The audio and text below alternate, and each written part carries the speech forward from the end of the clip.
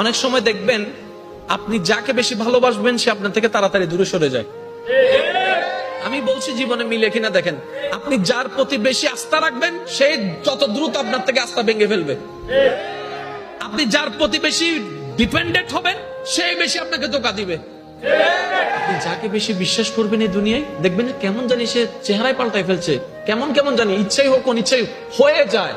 এক কথায় আপনি আমরা এই দিলে যাকে বেশি জায়গা দিই সে কেমন জানি তাড়াতাড়ি দূরে সরে যায়, কেমন জানি তার সাথে আমাদের সম্পর্কটা দূরত্ব হয়ে যায়। এটা কেন হয়?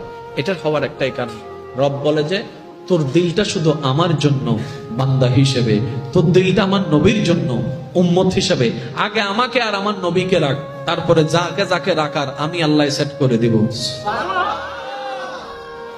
আমরা যখন ওই সিস্টেমটা না মেনে ডাইরেক্ট দুনিয়ার দিকে চলে যাই, ওই দুনিয়াটাই আমাদের কষ্টের কারণ হয়। তারপর আমরা একটা ডায়লগ মারি, এই দুনিয়াতে বিশ্বাসী মানুষ নাই, এই দুনিয়াতে বিশ্বাস করলে ফিটে চুরি খাইতে হয়, এই দুনিয়াতে এমন করলে সব।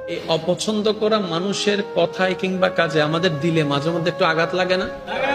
প্রথম কথা মনে রাখবেন ভাইয়া, এই দুনিয়াতে আপনি আমি যতই যাই কিছু করি, চট্টগ্রামের ভাষায় যদি বলি কলিজা কাইটেও যদি খাওয়াই দিই, খাওয়ার পরে বলবে যে লবণ কম হয়েছে। কলিজা খাওয়াইছেন এটাতে বলবে না, ওই লবণ কম হয়েছে এটা ঠিকই বলবে। এই পৃথিবীর একটা নিজাম, একটা নিয়ম হচ্ছে আপনি আমি হাজার চেষ্টা করলেও পৃথিবীর সবাইকে খুশি রাখতে পারবো না, এটা অসম্ভব। বদনাম ছিল, বদনাম আছে, বদনাম থাকবে। বুঝার জন্য বলা, সৃষ্টি জগতে আমাদের নবীর মতো আর কেউ আছে?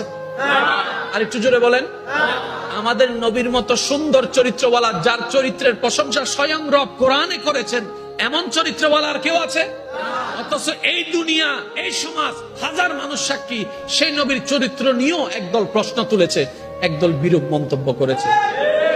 তাহলে যেই দল, যেই জায়গায়, যেই দেশে, যেই পৃথিবীতে, যেই কালচারে নবী রাহমাতুল লিল আলামিনের মতো একজন আল্লাহর নবীর চরিত্রকে পর্যন্ত কথা বলতে মানুষ দ্বিধা করছে না, সে জায়গায় আপনি আমি আর কে?